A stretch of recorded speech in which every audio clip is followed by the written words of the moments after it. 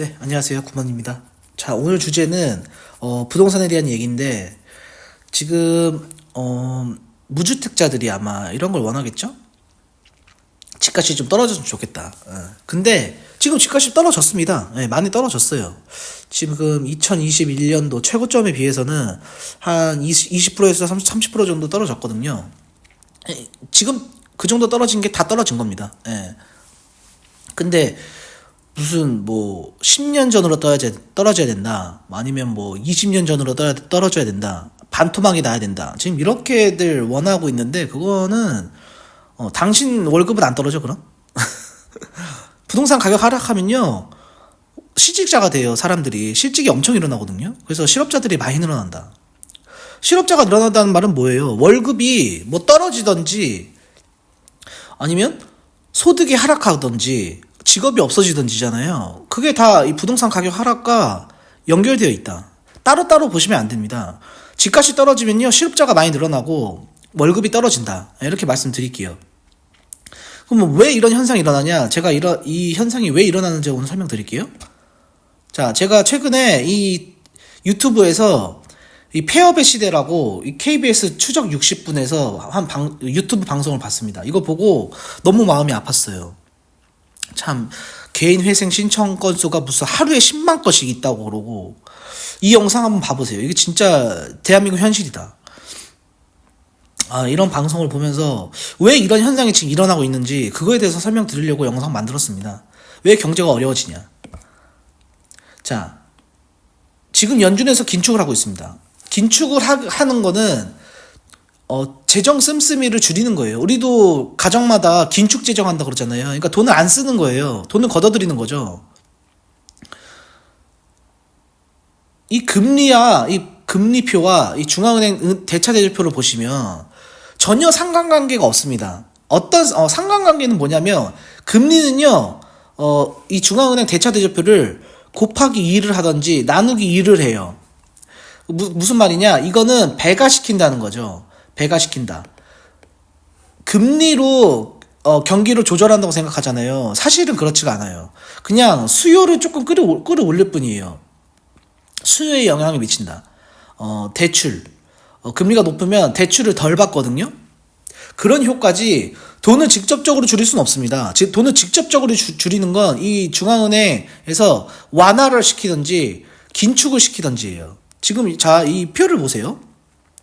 우리나라 부동산 가격이 하락했던 적이 2009년도, 그 다음에 2019년도, 그 다음에 2020년부터 지금까지. 보시면 전부 다 연준에서 돈을 줄였습니다. 돈을 걷어들인 거죠. 돈을 푸는 게 아니라 걷어들인다. 그래서 제가 이걸 왜 기억하냐면 저도 나이가 이제 35이에요. 이제 35이라서 처음 겪는 이런 경험입니다. 사실 이번 경험이 98년도에는 뭐 거의 초등학생에서 기억도 안 나고요. 그러니까 제가 기억하는 이 부동산 가격 하락기, 그리고 지금 제가 과거 자료를 조사해보면 2009년도에 좀 떨어졌어요. 2009년도에 좀 떨어졌다가 그 다음에 2013년도? 네. 13년도에도 부동산 경기가 굉장히 안 좋았습니다. 그러다가 박근혜 정권 와서 막 규제 푸니까 근데 정권 바뀌었죠. 문재인 때 정권 바뀌어서 2019년 때 이때 제가 이때 결혼을 하고 집을 얻었었는데 이때도 부동산 가격이 진짜 안 올랐었어요. 그래서 저는 집을 좀 편하게 샀었거든요. 근데 2020년도에 뭐 코로나 이런 것 때문에 집값이 엄청 이게 쫙 올랐죠. 이게 돈을 풀어서 이렇게 쫙 오른 거예요. 이 대차대표 보세요. 금리랑은 큰 상관이 없다. 왜냐면 이렇게 제로 금리입니다. 2009년. 그 다음에 지금 미국이 5.5인데 2019년에도 2.5였어요. 그러니까 금리랑은 큰 상관이 없다. 이걸 말씀드리는 겁니다. 금리가 낮아도 연준에서 긴축을 하면 경제가 좋을 수가 없습니다. 금리는 경기 부양 정책이 아닙니다. 양적 완화, 양적 긴축을 그냥 곱하기 배가 시킬 뿐이다. 그거를 아셔야 돼요. 그래서 제가 코로나 때 연준에서 1경 2천조를 풀었다고 말씀드렸잖아요. 그 이유가 한 5천조 정도는 이렇게 쫙 올렸고 돈을 풀었고, 그 다음에 또 금리를 낮춰가지고 수요를 끌어올려서 곱하기 2를 하는 이런 효과가 있는 겁니다. 자, 그럼 우리나라 어떠냐? 우리나라 똑같아요. 우리나라도 2009년도에 금리가 3%에서 2% 내려갔었어요. 그런데도 어려웠다. 근데 이때 이명박에서 이제 박근혜 정권 넘어가는 시기거든요. 그때 이렇게 금리를 또 쫙 올려요. 왜 올리냐? 미국은 0.25인데 우리나라 왜 올렸어요? 그렇게 따지면. 그러니까 이게 그렇게 큰 상관관계가 없다는 겁니다. 그러니까 미국에서 돈을 풀고 줄이고 이거에 상관관계가 있지 금리에는 그렇게 영향이 없다. 그래서 많은 전문가들이 부동산 가격은 금리와 상관이 없다고 이제까지 설명을 했습니다. 한번 전문가들 영상 찾아보세요. 지금 위기가 터지니까 이제 금리가 높아서 우리나라 부동산 경기가 안 좋다 이렇게 말씀하는데 그게 아닙니다. 이제까지 우리나라 금리랑 부동산 가격은 그렇게 큰 상관이 없었어요. 왜? 연준에서 건축하는 거 그거를 다 이 금리 때문이라고 핑계 댔거든요. 그걸 모르니까. 그리고 2019년 때 1.75였습니다. 지금 3.5죠. 그러니까 솔직히 얘기하면은 그렇게 큰 차이가 안 나요. 그렇게 큰 차이가 안 난다. 지금 3.5가 높은 게 아닙니다. 절대 높은 게 아니에요. 근데도 못 버티고 무너지고 있는 거는 미국에서 돈을 줄이기 때문이죠. 자, 그럼 미국에서 돈을 줄이는 게 우리나라랑 무슨 상관이냐? 이 환율 때문에 그래요. 자, 환율이 지금 1,300원대입니다. 그런데 우리나라는 보통 1,200원을 기준으로 봐요. 근데 1,200원 기준을 넘어가는 때를 보시면 이렇게 크게 제가 표시를 해놨거든요. 2009년도쯤. 그 다음에 2019년쯤? 예. 이게 길어지면 안 돼요. 이게 길면은 타격이 있습니다. 잠깐 올라갔다 내려가는 건 괜찮은데 길어지면 상관이 있는 거거든요. 그리고 지금 이렇게 보시면 다 지금 1,200원대를 다 윗돌고 있죠. 그러니까 아래로 가야 그나마 우리나라 경제가 좋아요. 왜 그러냐면 이 환율이 이 수출이 문제가 아니에요. 우리나라가 뭐 수출이 무슨 뭐 80%다 이런 얘기를 하고 있는데 중요하죠. 중요하지만 이게 경쟁이 심해요. 수출이 쉽지가 않은 게 뭐 중국도 그렇죠. 지금 세계 곳곳에 다 세계화기 때문에 다 수출을 한단 말이에요. 일본도 그렇고 중국도 그렇고 그리고 우리나라 인건비가 그렇게 싸지가 않기 때문에 사실상 중국하고 중국은 막 기술력을 다 빼가잖아요. 그렇기 때문에 중국의 인건비를 이길 수가 없습니다. 그러니까 가격 경쟁력에서 우리나라 질 수밖에 없어요. 그 수출이 쉽지가 않다. 근데 수입 물가가 문제입니다. 수입 물가가 이 환율이 올라가 버리면 우리나라가 얼마나 수입을 많이 하냐면 웬만한 화학 제품도 있잖아요. 화학 제품, 그 다음에 건설 자재들 이런 거 전부 다 수입이에요. 저도 몰랐거든요. 저도 몰랐는데 제 친구가 화학용품을 만지다 보니까 전부 다 유럽산, 미국산이에요. 그러니까 우리나라 국내 제품은 싸구려라서 안 쓴답니다. 그러니까 그만큼 자급자족이 안 되는 거죠, 사실은. 우리가 옷을 만들 때도 특히나 석유 같은 거, 석유는 환율이 올라가면 비싸질 수밖에 없거든요. 왜냐면은 미국 달러로 사오기 때문에. 그래서 지금 강달러기 때문에 우리나라 힘든 겁니다. 왜? 강달러면요, 우리나라 채권 시장도 그렇고 주식 시장도 그렇고 이게 가장 큰 문제예요. 이거를 깊게 들어가면은 이게 간단하게 설명드리면 그냥 이게 쉽지가 않거든요. 이 개념 자체가. 그래서 깊게 설명하려면 진짜 이게 설명이 길어져서 채권은요 이자 부담이 세지고요. 주식 시장은요 수익률이 낮아져서 자금이 빠져나갑니다. 예. 그래서 우리나라 금리가 미국 금리를 따라갈 수밖에 없는 거예요. 근데 지금 보세요. 지금 대한민국 기준금리가 3.5고 미국 기준금리가 5.5입니다. 자, 여러분들 만약에 예금을 한다 치면은 금리를 높은 데다 넣지 않겠어요, 돈을? 그리고 미국이 훨씬 우리나라보다 안전한데? 미국 채권도 그렇고. 그러면 사도 미국 채권을 사지. 우리나라 채권을 사겠습니까? 우리나라 채권이 안 팔려요. 그러니까 문제인 겁니다. 근데 보세요. 지금 금리가 높은 곳으로 돈을 움직이게 돼 있는데 지금 보세요. 이 한국은행 올해 경제성장률 2.1%, IMF 올해 한국 경제성장률 2.3%, 거의 2%대로 보고 있습니다. 그래서 우리나라 성장 2%를 더해가지고 5.5가 조금 넘어요. 이걸로 지금 우리나라 환율이 버티고 있는 거거든요. 그리고 이 외환보유고가 지금 계속 뭐 샀다 팔았다 이렇게 해가지고 한국은행에서 지금 굉장히 버티고 있어요. 이 우리나라 돈으로 지금 4천억 되면 지금 한 550조 정도 갖고 있는 거예요. 우리가 외환 보유고를. 외환 보유고가 달러만 있는 것도 아니고 채권도 있는 겁니다. 채권, 달러 뭐 다 종합적으로 갖고 있어요. 그런데 미국이 강달러면 돈이 빠져나가요. 돈이 빠져나가는데 우린 그걸 또 환율을 방어를 해야 되니까, 환율 방어해야 되니까 이 외환 보유고가 줄어들 수밖에 없다. 이 외환 보유고가 완전 줄어드는 게 IMF입니다. 그러니까 국제 거래를 해야 되는데 달러가 없어서 거래를 못 하는 거예요. 그리고 돈을 갚아야 되는데 못 갚고. 지금 정부 부채가 1000조가 넘어가거든요. 정부 부채가. 그러니까 이게 심각하다. 우리나라는 또 기축통화국이 아니어서 막 채권도 찍어낼 수가 없거든요. 그러니까 이런 금리에 대한 상관관계, 환율에 대한 시장을 너무 잘 알고 우리는 우리나라 경제를 봐야 된다. 이렇게 앞에서 설명을 드린 겁니다. 자, 이제 제가 주제에 대해서 설명드릴게요. 자본주의는 다 연쇄 구조로 되어 있다. 금리를 인상하면 지금 긴축을 하고 있잖아요. 싸잡아서 말씀드릴게요. 금리 인상은 그냥 긴축이다. 이렇게 싸잡아서 말씀드릴게요. 그러면 부동산에 침체가 옵니다. 자산 가격이 하락하죠. 부동산뿐만 아니에요. 주식도 그렇고요. 채권도 그렇고 마찬가지입니다. 그런데 부동산 경기가 침체하면요. 자, 내 재산의 가치가 떨어진 거잖아요. 그럼 사람이 소비를 줄여요. 당장. 제가 뒤에 가서 기사도 다 보여드릴 거예요. 자, 소비가 침체되고 소비가 하락합니다. 이게 제일 안 좋은 거예요. 이 소비가 안 되는 게. 왜? 돈을 안 쓰는 거, 돈이 안 도는 거거든요. 그러면 돈을 써야 돈이 도는데 돈을 안 쓰니까 어떻게 됐습니까? 매출이 하락하죠. 소득이 하락하는 거예요. 그러면 이 소득 하락하고 매출 하락하니까 이 사람들도 어떻게 긴축 재정을 해요. 이 장사하는 사람들, 자영업자들, 아니 회사들, 기업들 다 마찬가지입니다. 비용을 줄여요. 비용 줄이는 게 뭐가 있어요? 공급을 축소시키든지 아니면 인건비를 줄입니다.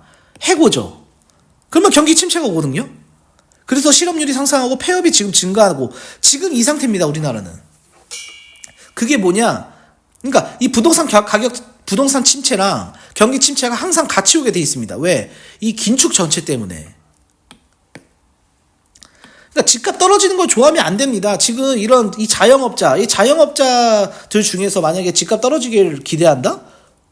본인이 망하는 거예요. 본인은 안 망하냐? 왜 본인이 안 망하냐고 생각해요. 연끌로 집 40대, 이자 부담에 지갑 닫아. 소비를 안 하는 거예요. 자, 경기 좋아진다고? 못 믿겠다. 소비자 넉 달째 지갑 닫아. 지금 집값 떨어지니까 집 안 사잖아요. 집 안 사면요. 어디로 가겠어요? 전세 아니면 월세로 가겠죠. 그래서 지금 전월세가 오르는 거예요. 그래서 원래 전월세 가격은 절대 떨어지지 않습니다. 전월세 가격을 잡으려면요. 공급밖에 없어요. 공급을 많이 내놔야 돼요. 다주택자들한테 집을 많이 사게 해가지고 공급을 많이 해야 된다. 왜? 집을 안 사니까. 안 그러면 미분양 나거든요. 그러니까 두 마리 토끼를 다 잡으려면 다주택자밖에 없어요. 구원투수는. 그런 경제 구조를 알고 있어야 된다. 자, 지금 대한민국 경제가 굉장히 심각한데 빚 돌려막기 카드는 40조, 서민경제 빨간불, 무너지는 영끌, 쏟아지는 경매 넘어간 부동산 급증, 5대 은행 10조 원 물렸다. PF 위기에 저축은행 영체율 2015년 이후 최고. 부동산 PF 대출 지금 난리죠. 뭐 135조 시대 연체율 증권사가 13%로 최고. 중소기업 법인 파산 40%가 올랐다. 소상공인 폐업, 공제금도 증가, 무너질 일만 남았다. 지금 뭐 4월달 총선이니까 지금 국가에서 이걸 엄청 막고 있어요. 총선 이후에 언제 터질지 모릅니다. 지금 뭐 IMF도 경고하고 시티은행에서도 경고하고 계속 경고를 하거든요. 벼랑끝 거쳐서 벌써 800곳이 넘게 폐업 신고를 했다. 왜 그러냐? 물가는 오르는데 소비는 안 하니까. 그럼 장사가 안 되니까 당연히 폐업을 하고 이렇게 지금 못 견디는 거 아닙니까 서로. 공사비 올려달라. 공사비 급등, 지방 덕타격, 포항 전주 분양가가 5억 이하 전멸했다. 이게 다 환율 수입해서 그래요. 수입 물가 올라가니까 강달러 때문에.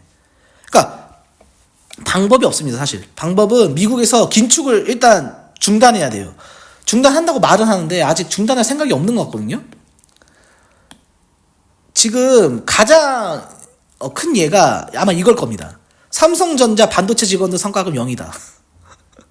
반도체 시장이 얼마나 안 좋으면 저희 와이프가 삼성 다녀요. 저희 와이프가 삼성을 다니는데 성과급이 안 나왔습니다. 이번에 보통 한 2천만 원 이상 나오거든요. 근데 지금 성과급 모바일은 연봉의 40%에서 50%다. 그러니까 이게 지금 희비가 엇갈리는 건데 이게 사업부별로 장사가 잘 돼야 그 성과급도 주거든요. 그러니까 심각하다. 삼성도 지금 이 정도면, 물론 삼성은 좀 나쁘긴 합니다. 줘야 되는데 안 줬으니까 나쁘긴 한데, 그래도 심각하다는 겁니다. 자, 자본주의는 연쇄 구조로 되어 있다. 이거를 아셔라. 자, 이 소비가 침체되면요, 매출 하락, 뭐 비용 줄이고 경기 침체, 이것도 맞지만 또 다른 방법은 정부 입장에서 보면요, 세수가 안 들어와요. 왜? 부가가치가 안 들어오는 거거든요. 부가가치세가 거의 한 재정의 20% 담당하는데 이게 줄어드는 거거든요. 지금 예산이 거의 한 600조 막 이렇게 넘어가는데 안 들어오면 어떡합니까? 세수가 안 들어오면 막 한국은행 막 마이너스 금리, 마이너스 통장 쓰고 이래요, 정부도. 그러니까 복지 정책을 줄일 수밖에 없어요. 왜? 복지는 경제가 성장하고 돈이 있어야 복지를 하지. 기업도 마찬가지고 자영업자들도 마찬가지예요. 직원들한테 복지 주려면 장사가 잘 돼야 될 거 아니에요. 근데 세금이 안 들어온, 정부는 세금으로 장사하는 애들인데 세금이 안 들어오면 재정 부담되죠. 그럼 채권 발행이 부담이 됩니다. 왜? 채권이 지금 기준금리 플러스 가산 금리가 좀 붙어야 채권 발행하고, 채권이 매력이 있어야 살 텐데 채권이 안 팔리면 더 높게 이자를 줄 수밖에 없거든요. 그러면 이게 정부 부채가 지금 1,000조가 넘어가는데 엄청 또 부담인 거죠. 그러면 또 세금 더 걷어야 되는데 세금도 안 거치고, 그러니까 이 고금리로 정부 부채 계속 증가합니다. 그러니까 지금 윤석열 정부가 정말 못하고 있어요. 정말 못하고 있어서 이 경제가 곧 터질 것 같습니다. 그럼 어떻게 되냐? 못 살겠다, 탄핵하자, 이렇게 됩니다. 세금은 안 거치는데 세금 계속 쓴다? 무슨, 계속 세금을 엄청나게 쓰고 있어요. 이 윤석열 정부가 좀 너무 멍청하다. 들어오는 돈 없는데 지금 이번 선거가 정말 중요합니다. 그래서 이게 이 말이 안 되는 지금 정부 운영을 하고 있어요. 빵꾸난 돈은 어디선가 터집니다. 보증사고 한 달 새 1조. 지금 누적이 지금 5.5조예요, 그럼. 근데 거기다가 전세 보증 사고도 그렇지, 분양 보증은 또 1조 원이 넘는다. 이거 의무 보증 없애야 돼요. 왜 정부에서 이렇게 세금 빵꾸나게 합니까? 없애면 되지, 그냥. 비폭탄 못 견뎌. 살려달라. 개인 회생 역대 최저. 역대 최대. 이거 PD수첩 영상 보면 나옵니다. 그 다음에 신용보증기금들, 기업 대신 빚 갚는 대입연체가 늘어난다. 빚 못 갚는 서민 급증, 대입연체율 20% 돌파. 국가에서 이런 짓을 하면 안 됩니다. 이런 짓을 하면 안 되는데 지금 표 때문에 이러고 있어요. 심각하다. 자, 결론은 뭐냐? 부동산 침체가 오면 소비 침체가 와서 경기 침체가 온다. 경기 침체가 오면 실업률 증가하고 폐업이 증가한다. 지금 딱 그런 상황입니다. 그러니까 부동산 가격 떨어지길 좋아하지 마세요. 부동산 가격은 수요 공급, 통화량, 이걸로 결정이 되는데, 이게 지금 우리나라 인구는 줄고 공급은 많고, 공급 진짜 많아요. 우리나라 공급 진짜 많습니다. 근데 다주택자는 규제하고 있고, 이러니까 미분양과 전월세 가격이 상승하고 있는 거예요. 수요 공급으로 풀어야 되는데 수요 공급으로 풀기에는 우리나라가 이미 통화 자본주의에 들어왔습니다. 그건 어쩔 수가 없어요. 세계 전 세계가 그럴 거예요. 수요 공급 이론에 의해서 가격이 떨어져야 정상이에요. 왜? 인구 준다며. 지금 출산율이 0.6명이라 그러는데. 그럼 앞으로도 그러겠죠? 그럼 어떻게 되냐면 전부 다 다시 또 수도권에 모여요. 그럼 수도권 가격이 또 오릅니다. 이게 수요 공급 이론이에요. 하지만 통화량은요, 모두가 다 포함이 된다. 제가 앞에 영상에서 통화량에 대해 설명한 게 있습니다. 통화량은 수요도 만들고 공급도 만들기 때문에. 그래서 이 통화정책 시대에서는 통화량이 모든 걸 조절합니다. 수요 공급 이론으로만 말하기에는 설명이 안 되는 것들이 너무 많아요. 그래서 통화량으로 설명이 되기 때문에 통화량으로 말을 하는 겁니다. 그게 진실이기 때문에. 그게 진짜거든요. 즉, 자산 가격을 하락시키려면 통화량을 축소시켜야 돼요. 연준에서 돈을 다 걷어들여야 됩니다. 근데 통화량이 축소되면 그럼 경제 규모가 작아지는데? 시장이 작아진다고. 돈이 없어진다고, 시중에. 그러면 월급도 당연히 줄어드는 거 아니에요? 월급이 줄어들겠으니까 다 실업자지, 솔직히 얘기하면. 그냥 돈을 못 벌어요. 아예 다 실업이에요. 그러니까 집값 떨어지는 거 좋아하면 안 됩니다. 이런 구조를 모르고 아마 좋아하는 걸 거예요. 집값 떨어지기를. 지금 경매 시장도 그냥 급매로 사는 정도지 막 그렇게 경매도 막 50% 이상 하락해서 사고 그럴 수가 없습니다. 구조가. 경매도 뭐 안 좋은 거 사겠어요. 다 사고 싶은 거 사겠지. 똑같아요, 사람이. 수요가 많으면 가격 올라가게 돼 있습니다. 그래서 너무 집값도 떨어지는 거 좋아하면 안 된다. 이런 얘기고, 연준에서 긴축을 언제 멈추냐. 그게 가장 중요하다. 돈을 언제 푸냐. 풀 것 같긴 해요. 곧 풀 것 같으니까 바로바로 그런 시그널이 나오면 바로바로 또 영상 올려서 공유하겠습니다. 네, 오늘 여기까지 하겠습니다.